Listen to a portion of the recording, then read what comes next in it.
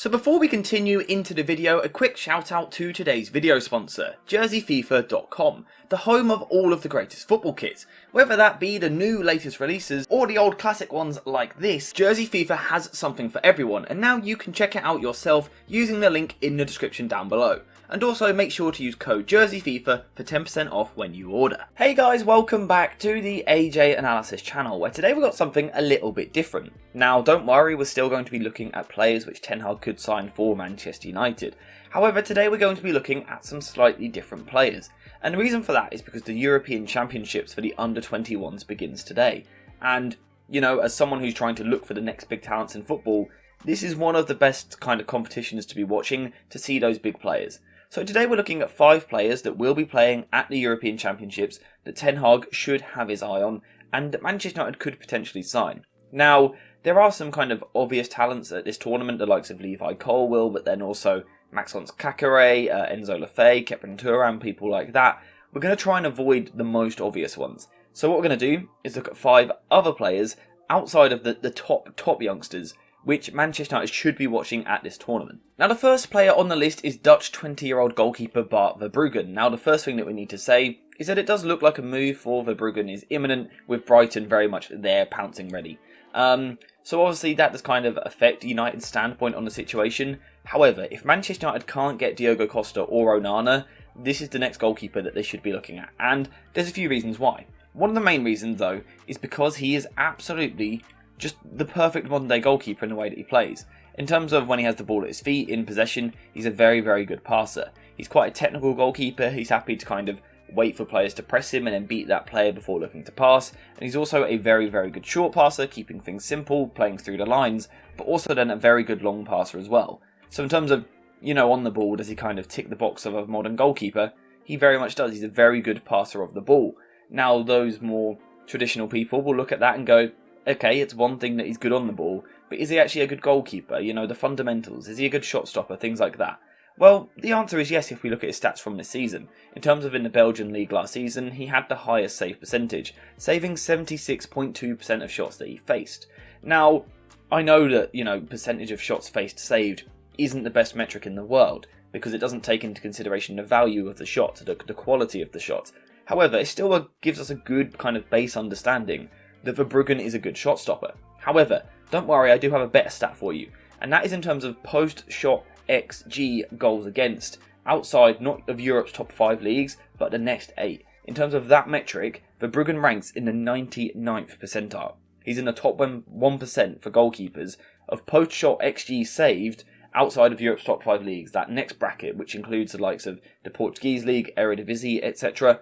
Verbruggen ranks in the top 1%, which is really super impressive. And also continuing in that rank of his FBref report, he's in the 95th percentile for crosses claimed in terms of the percentage of crosses into the box which Verbruggen is claiming. So that is pointing to a really well-rounded young goalkeeper. He's very good at shot stopping, he saves penalties well, he's very good at claiming crosses, and also is a very good passer from the back. Now, one thing I would like to see in particular at this tournament is his ability to sweep up behind the defence. That's something which, personally, I haven't seen enough of yet. But hopefully we will get a glimpse of it at this tournament. But in terms of a player that you should be watching if you are following the championships, Verbruggen in goal for the Netherlands is definitely a player to watch. Another player that you need to watch is Thomas Araujo. Now, he is one of a couple of players on the list that is actually 21 years old, but he still qualifies to play for the under-21 tournament. But the Portuguese defender is really a top young talent coming through.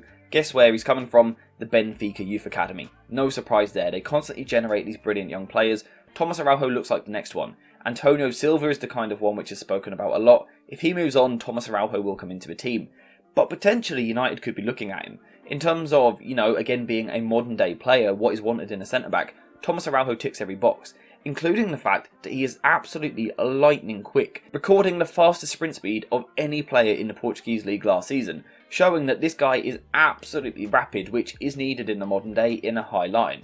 But in terms of what else is needed in the modern day, he is very good on the ball. He ranks in the high 90th percentiles for both progressive carries and also take-ons, showing that he has that press resistance and ability to carry the ball forward.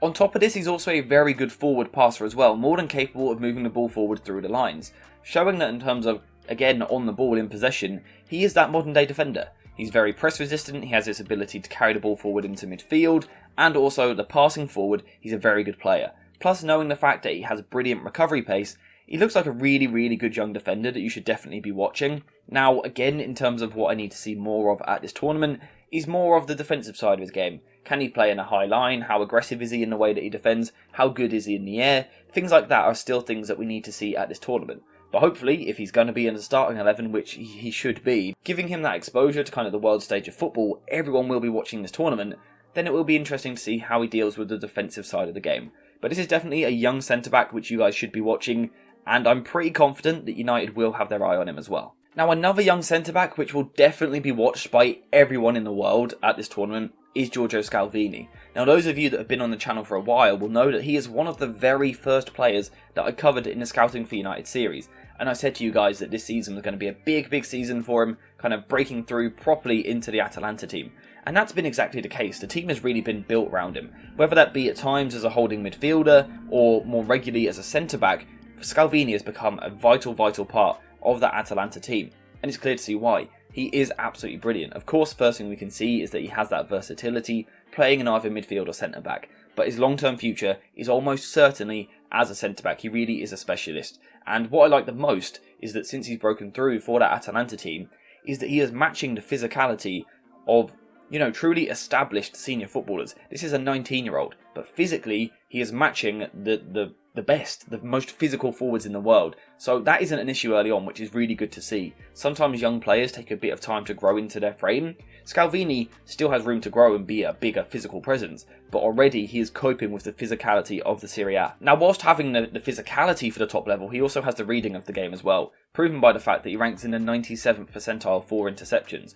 And we've got to consider, that's in the Serie A, so that's Europe's top 5 leagues. This is the top level. He ranks in the 97th percentile for interceptions, and he also ranks very well for tackles as well, showing his ability to be aggressive, read the play, get in front of his man, and intercept the ball, which are all really important attributes for him to have.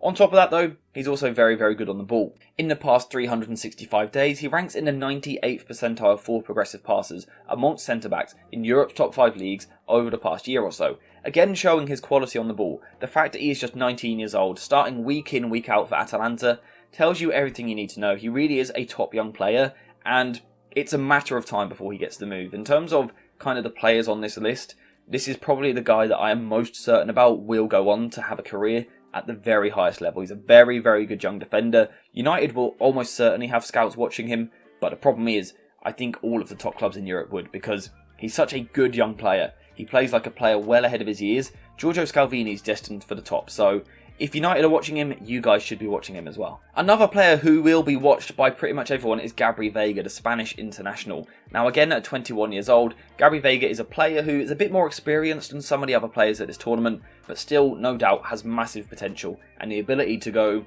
really to the top of the game, linked with the likes of Liverpool this summer. Gabri Veiga is clearly a good player, ranking in the high 80s percentiles for both progressive carries and also his take-ons, but also he ranks well in the 90s for shots taken and goals scored. This shows that he is clearly a very good attacking midfielder, someone who, again, compared to Europe's top 5 leagues, is ready to make an impact at the highest level. He's a very good ball carrier, he loves to kind of wiggle his way through midfield, and then in the final third, like I've said already, he will pop up with shots and goals where he ranks very well high in the 90th percentiles. Now, in terms of where he needs to improve and develop, he is someone who loses the ball far too much at the moment in his career. He does make poor decisions. He's very raw still for a 21-year-old. However, if he can kind of refine that side of his game, we will see a very good creative midfielder here. And on top of that, what I also like though, is not only technically is he very good, his personality is really good as well. He always wants the ball, he's trying to express himself on the ball, he's trying to try things. I mean, maybe the negative side of that is you probably will see him in a fight or two at some point during the international tournaments, but still, I kind of like seeing that a little bit. He's got that bit of bite to his game, he works hard off the ball, he's a very expressive figure in the way that he plays, probably the best way of wording it, but he is still technically very good at carrying the ball forward, and he will impact the final third. He's looking to create chances, score goals for himself. Gabri Veiga is a very good young player. Do I think he's necessarily what Manchester United need right now? Probably not.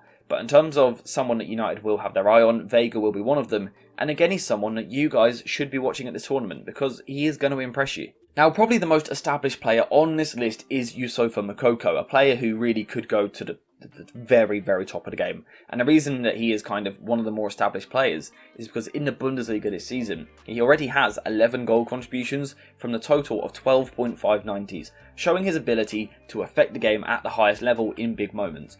And of course, for those of you that don't know, Moukoko is very much a striker. Currently at Borussia Dortmund, and you know, his minutes have kind of been managed at Dortmund this season, but there's no doubting there is a top young player in there.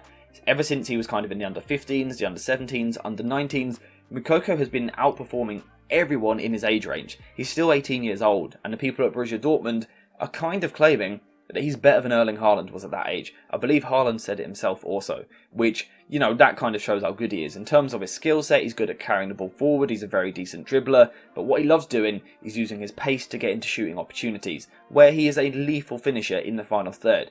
Kind of combined with the fact that he has good movement, good poacher instincts in and around the penalty area, this is a guy who will score a lot of goals during his career. Hopefully we kind of see that on display for Germany at this tournament. Because if Manchester United want a young striker, which, you know, Ten Hag supposedly does, there are no young strikers which are better than Moukoko.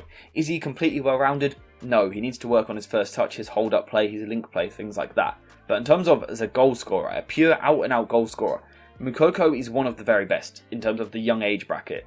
I mean, he's so good that people have questioned if he is actually 18 years old. People just don't believe it. Because physically and technically, he is so good. He's so good at producing when it matters in the final third. And, you know, that highlights how good he is on the ball. So again, this is a player which Manchester United should be watching at this tournament, and which the whole world should be watching. But you guys watching this video, if you want to get ahead of knowing who the top young players are, you need to be watching all 5 of these. Moukoko, Vega, Scalvini, Araujo and Verbruggen are all top young players who will make it to a really good level in their career. So if you guys kind of want to have the head start on your mates knowing about these young players, watch these guys at the under-21 tournament. But also, Ten Hag, make sure you're keeping your eye on some of these players because there are some top talents there. But that's all for today's video. Hopefully you guys now know a bit more about these 5 players. Like I said already, I really recommend that you watch as much of this tournament as possible. I think it's going to be really enjoyable. Apart from that, thank you guys for watching. I hope you have enjoyed it. And as always, I will see you in the next one.